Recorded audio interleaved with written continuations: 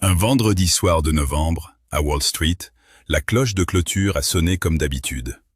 Sauf que cette fois, personne n'a applaudi. Pas un cri, pas un sourire sur les écrans. Juste un silence pesant, presque physique, celui qui précède une annonce que tout le monde redoute, mais que personne ne veut prononcer à voix haute.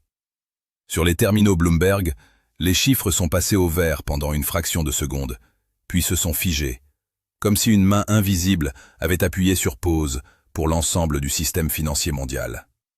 Des dizaines de tickers gelés, des flux de cotation interrompus sans explication officielle. Aucune fumée, aucune sirène, rien de spectaculaire à l'œil nu, et pourtant cette sensation étrange qu'on ressent avant l'orage, quand le ciel est encore clair, mais que l'air a déjà changé de texture. À Pékin, presque au même instant, une chaîne de télévision d'État a interrompu son présentateur en pleine phrase. L'image a tremblé. Un écran de veille est apparu, puis une voix posée, presque trop posée, a annoncé que le canal commercial était suspendu. Rien de plus. À des milliers de kilomètres de là, à New York, les traders spécialisés dans les obligations du Trésor américain regardaient en direct un phénomène rare. La courbe des rendements ne bougeait pas simplement. Elle se tordait, s'inversait sous leurs yeux. La salle est devenue silencieuse. Pas parce qu'il s'agissait d'un énième round de tension tarifaire entre deux géants habitués à se chamailler. Non. Ce jour-là, quelque chose de plus grave venait de se produire. Le bouclier financier américain montrait une fissure, et il ne restait plus qu'un seul levier, celui que Jerome Powell avait juré de ne jamais réactiver. L'argent illimité. Et le simple fait que ce mécanisme, enfoui dans les entrailles de la Réserve fédérale, n'ait même pas été activé, seulement évoqué comme une possibilité, a suffi à faire vaciller le monde entier. Parce que personne, même parmi les plus optimistes des marchés haussiers, ne voulait imaginer ce que signifierait son déclenchement réel. Mais le plus troublant, ce n'est pas venu de Wall Street. C'est venu 1 heure plus tard, quand les bureaux de trading de matières premières, de Singapour à Chicago, ont commencé à repérer une vague étrange, comme si un signal invisible traversait le Pacifique. La Chine venait de confirmer, noir sur blanc, qu'elle était prête à acheter au moins 12 millions de tonnes de soja américain en seulement 2 mois, avant la fin de l'année 2025, puis 25 millions de tonnes chaque année pendant 3 ans. Un volume qui aurait dû réchauffer le cœur des agriculteurs du Midwest. Sauf qu'au lieu de ça, il a mis en lumière une tension bien plus profonde, trop massif, trop soudain, trop parfaitement calibré pour ressembler à la continuation naturelle d'une trêve fragile plutôt qu'à une véritable alliance retrouvée. Un commentaire acerbe a circulé parmi les traders. Comme c'est pratique que, quelques jours à peine avant cette annonce, la Chine ait signalé un chiffre d'importation de soja américain tombé à 0 pour le mois de septembre, du jamais vu depuis 2018. 0, alors même que les États-Unis atteignaient le pic de leur récolte, alors même que les cargaisons auraient dû s'enchaîner sans interruption. Ce 0 ressemblait à un avertissement. Une façon de montrer, sans un mot, à quelle vitesse les robinets d'approvisionnement peuvent être fermés, puis rouverts, selon le bon vouloir d'un seul acteur. Et maintenant, à l'inverse, les chiffres d'achat paraissaient presque généreux, presque amicaux, ce qui rendait la situation encore plus inquiétante.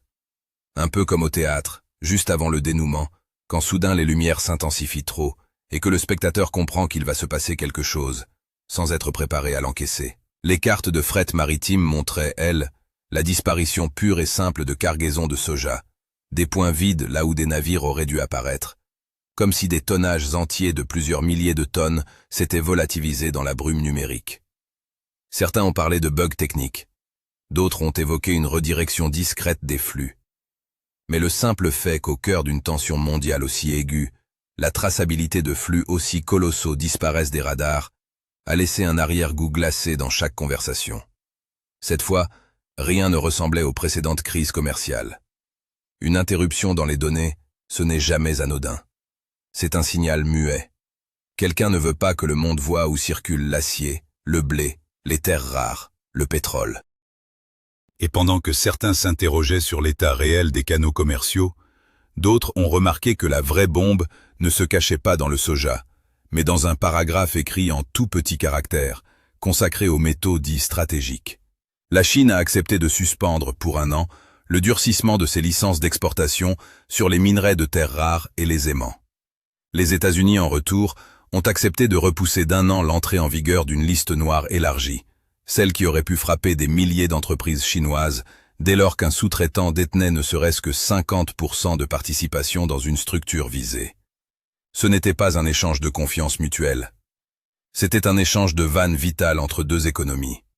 La Chine, qui fabrique plus de 90% des aimants en terres rares utilisés dans le monde.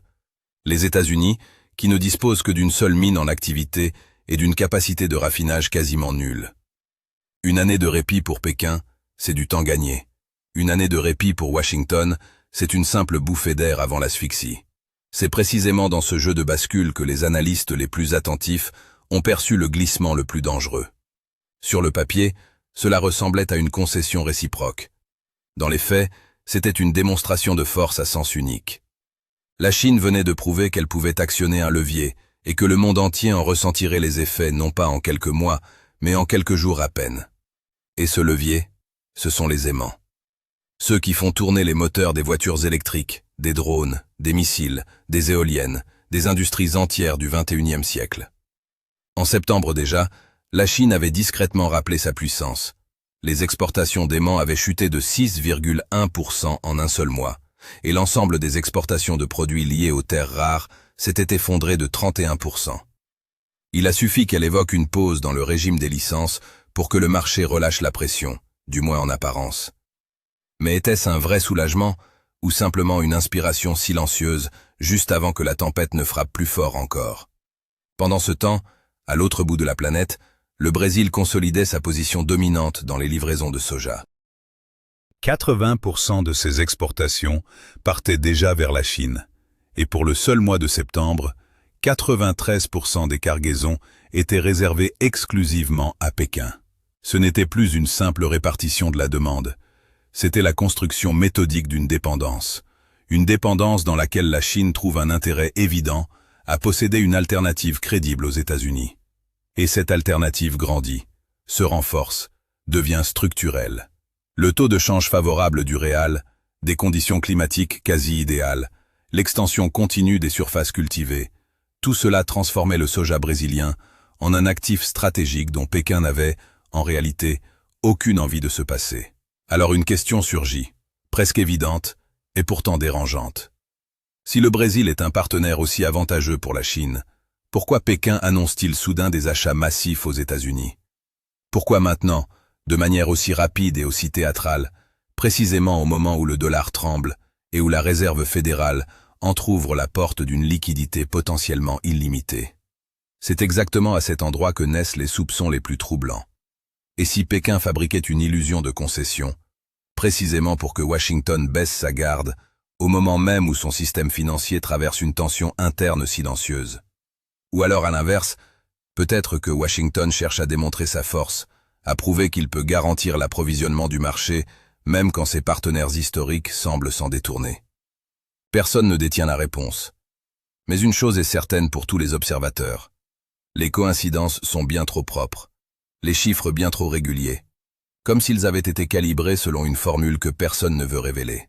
Et pendant que ce ballet diplomatique se jouait, un autre signal pesait sur les marchés.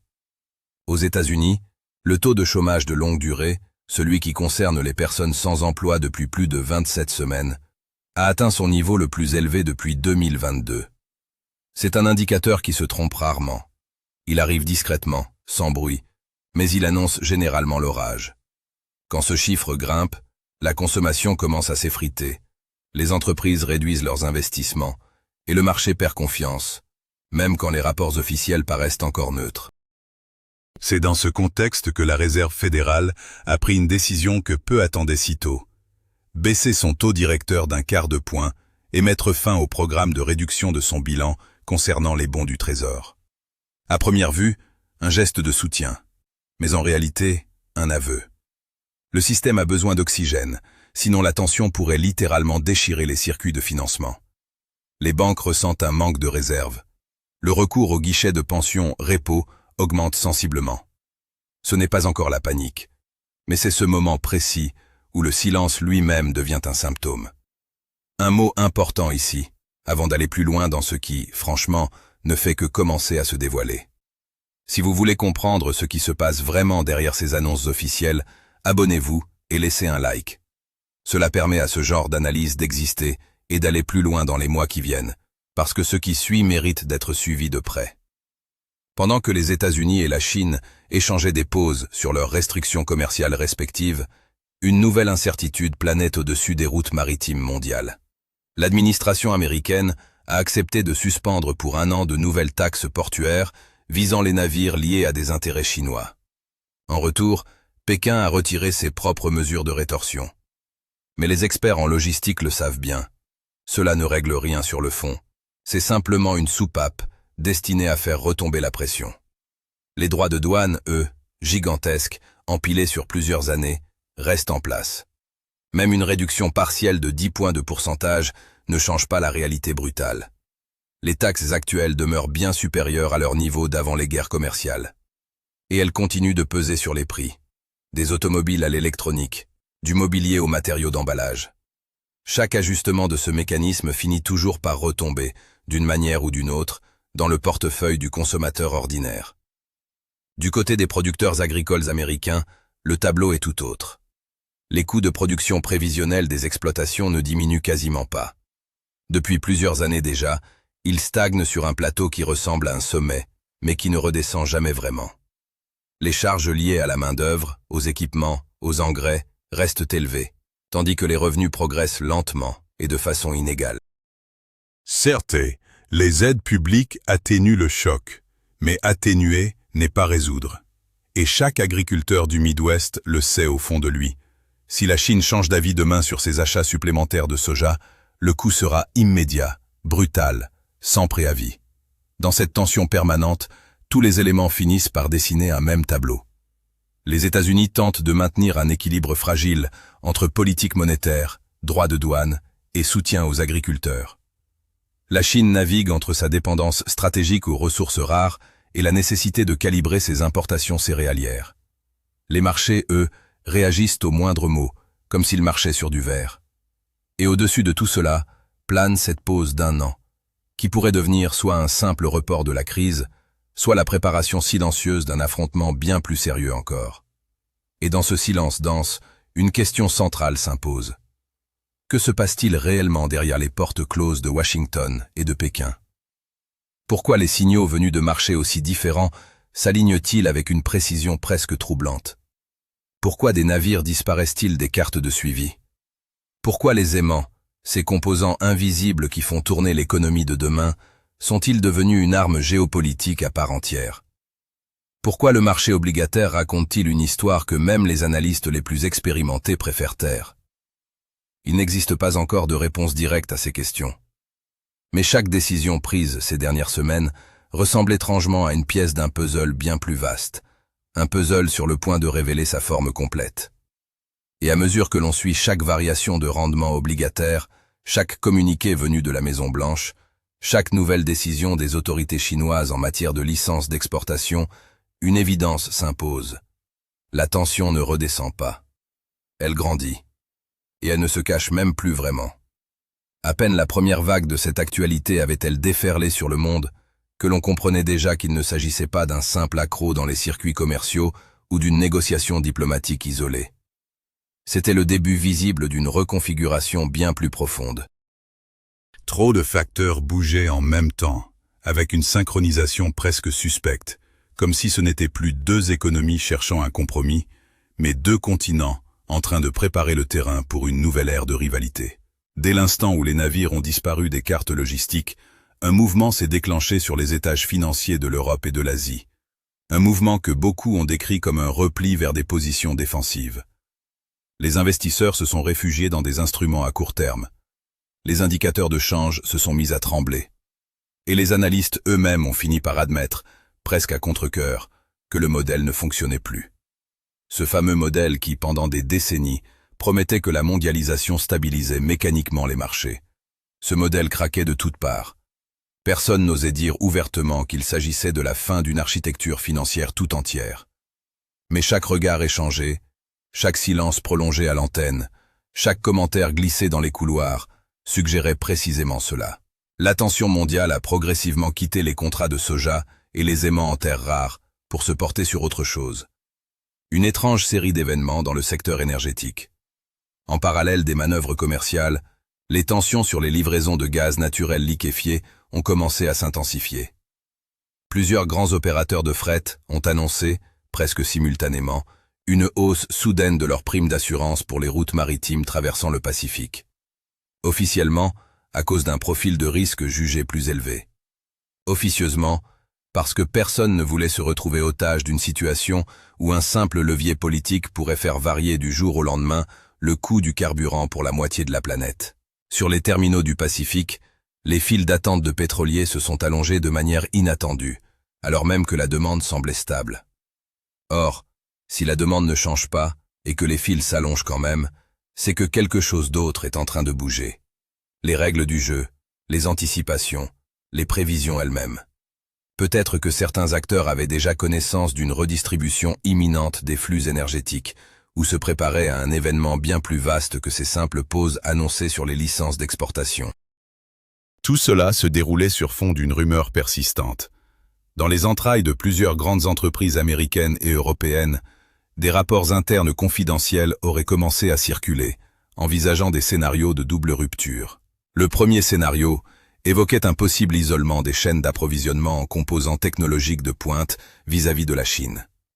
Le second évoquait le risque d'une surchauffe monétaire liée à l'assouplissement de la politique de la Réserve fédérale. Selon certaines fuites, l'un de ces rapports affirmait que la combinaison de ces deux facteurs pourrait produire un effet paradoxal.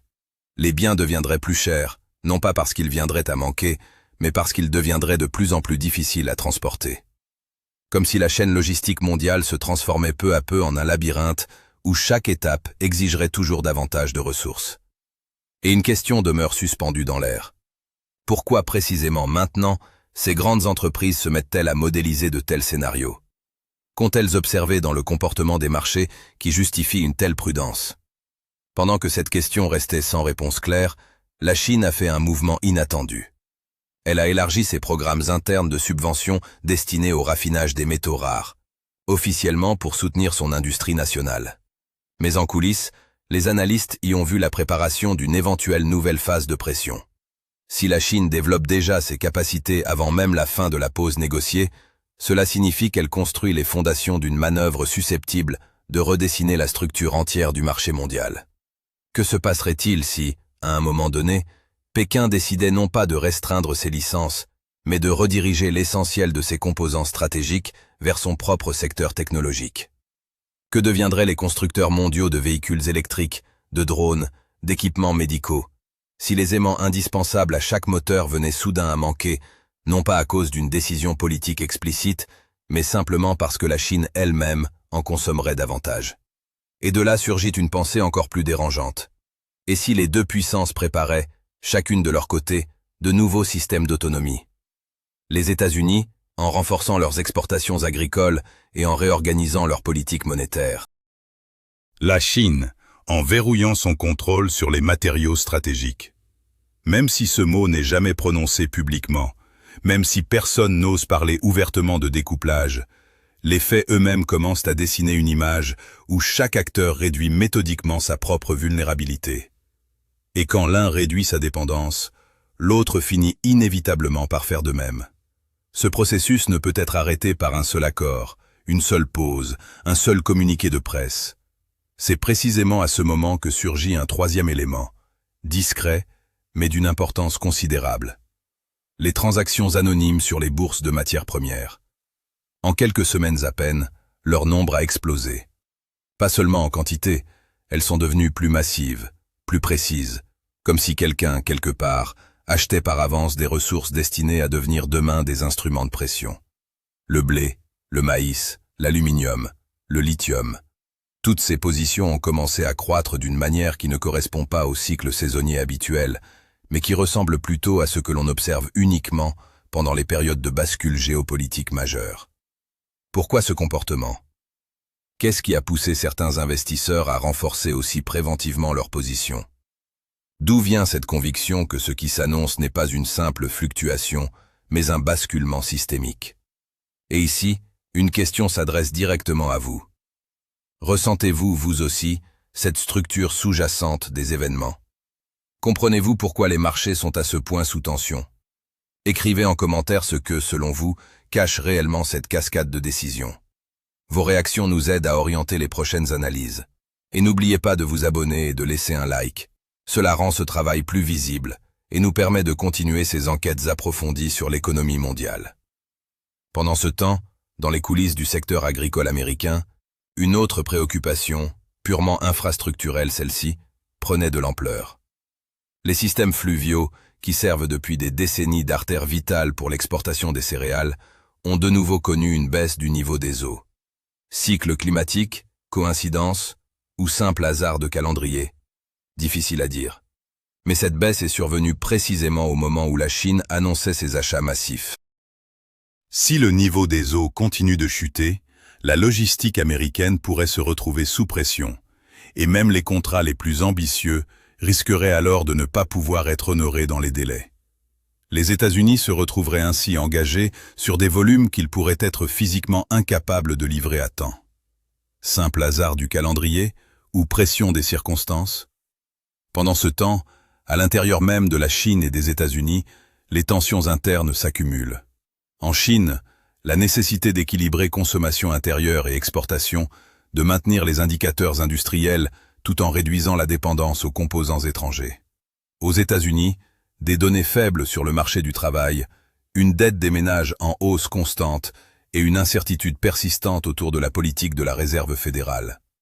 Et quand les deux plus grandes économies du monde deviennent simultanément plus fragiles, le monde entier commence à vaciller, même si tout semble, en apparence, rester sous contrôle.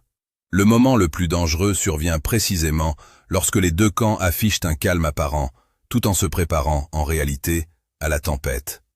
Et de plus en plus d'indices pointent exactement dans cette direction. Les responsables politiques parlent de stabilisation des marchés, affirment que le ralentissement est temporaire. Les analystes évoquent une pause dans les licences comme une simple bouffée d'air.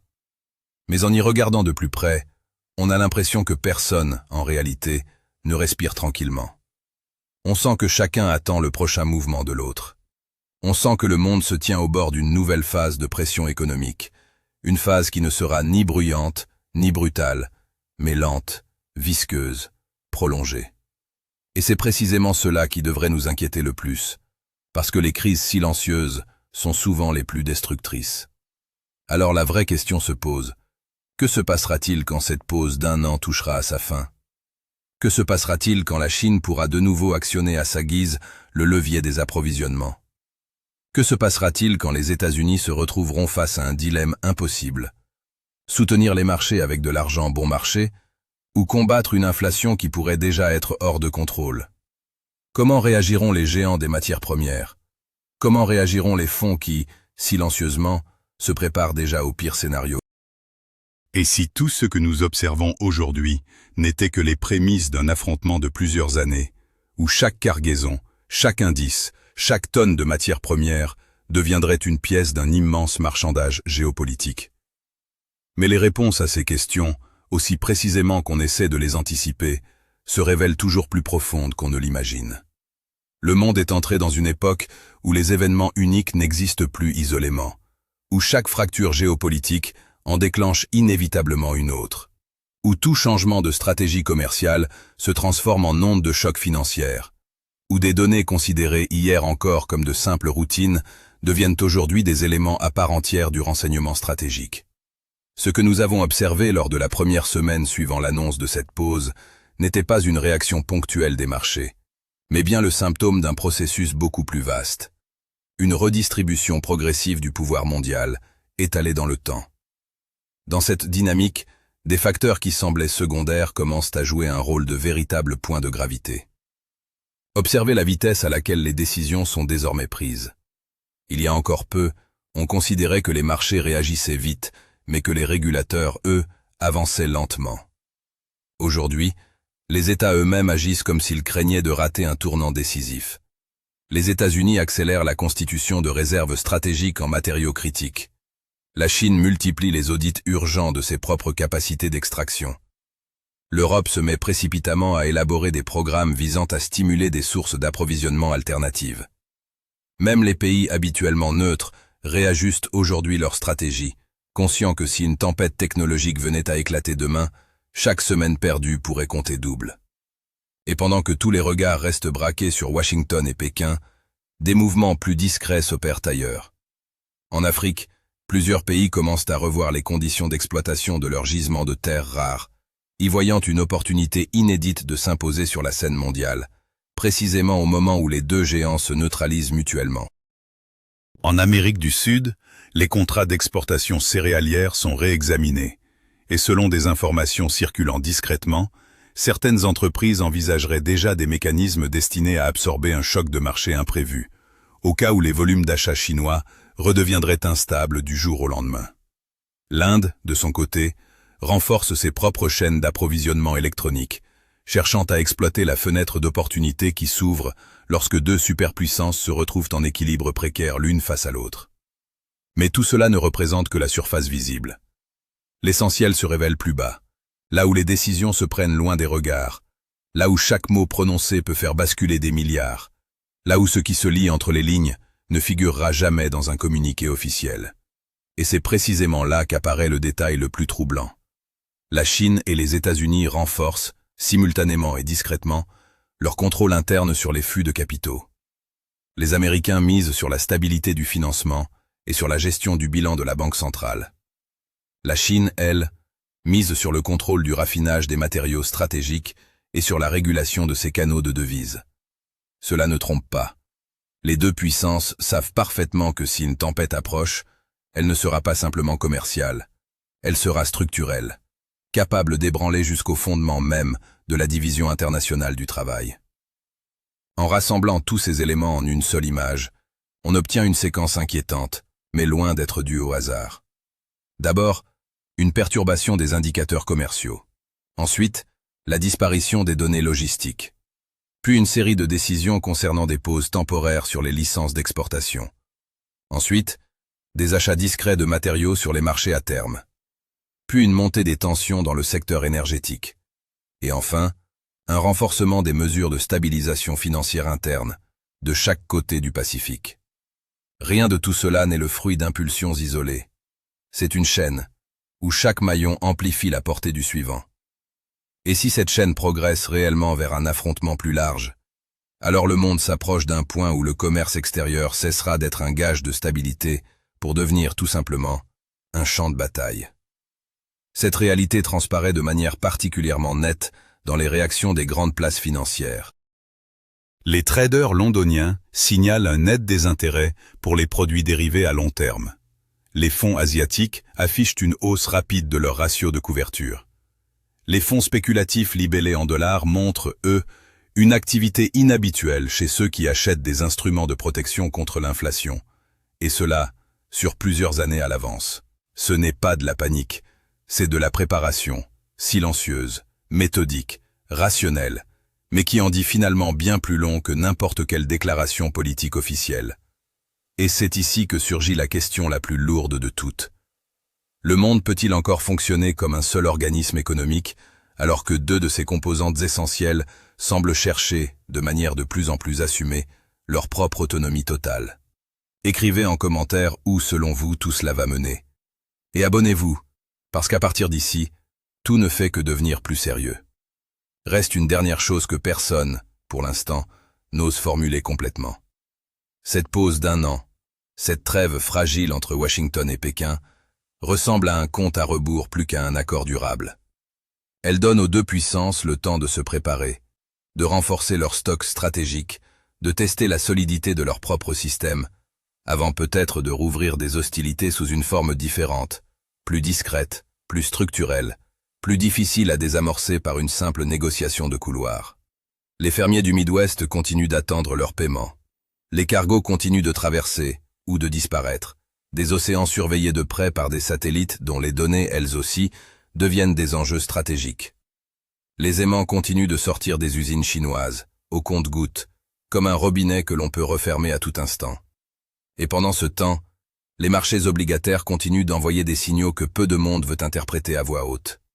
Si cette pause n'était, en réalité, qu'une manière pour les deux géants de reprendre leur souffle avant un choc bien plus profond, alors ce que nous venons de traverser ces dernières semaines ne serait qu'un prologue. Et la vraie question, celle qui reste suspendue au-dessus de chaque prévision économique, de chaque discours rassurant, de chaque tweet présidentiel ou communiqué du ministère du Commerce chinois, c'est de savoir combien de temps une trêve construite sur la méfiance mutuelle peut réellement tenir avant que l'un des deux camps ne décide, un matin comme un autre, que le moment est venu de refermer le robinet pour de bon.